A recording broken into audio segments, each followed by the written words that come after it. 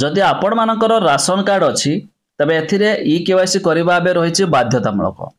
आपण माने केमिति ई केवाईसी करि परिबे जहाँ में वीडियो माध्यम रे जानिबा शेष पर्यंत देखंतु ता पूर्वरु वीडियो को लाइक करंतु सब्सक्राइब करना थिले एबे सब्सक्राइब करी पाखर थिबा घंटी चिन्ह को दबाइ दिंतु।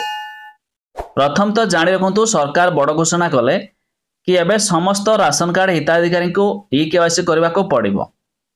जानि रखंतु जदि गोटिए राशन कार्ड रे 4-5 जण फैमिली मेंबर रहिसंती आगर कोन होतला जणे जणे केवल बायोमेट्रिक देकी 3-4 जनकर राशन मध्य नहीं आसଥାଏ कार्ड जतिकी मध्य मिलवा कथा ration.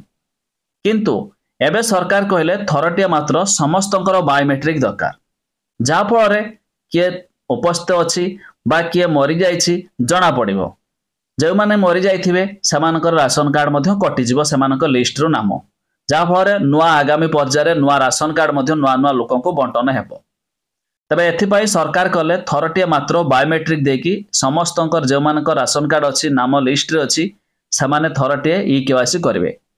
One time e KYC हेबा परे बाकी जेमिति जेकोनोसी लोक जणे जाई मध्य समस्तंकर राशन मध्य आनी पारिबो कार्ड रे जते जनक मेंबरकर थिबो।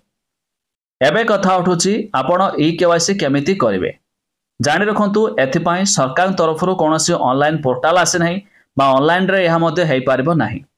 एथिपाई डीलर माने करि पारिबे बायोमेट्रिक माध्यम रे खूब शीघ्र यह लागू हेबो।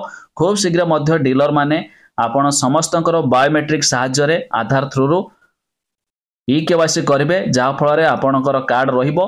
जो माने जो नामर ई केवाईसी हेई न पारिबो कार्ड रो लिस्ट रो समानकर नाम कटिजिबो सेमानकर आउ चाउल वगैरह राशन मध्य मिली पारिबो नाही। यह रहिछि ई केवाईसी प्रोसेस।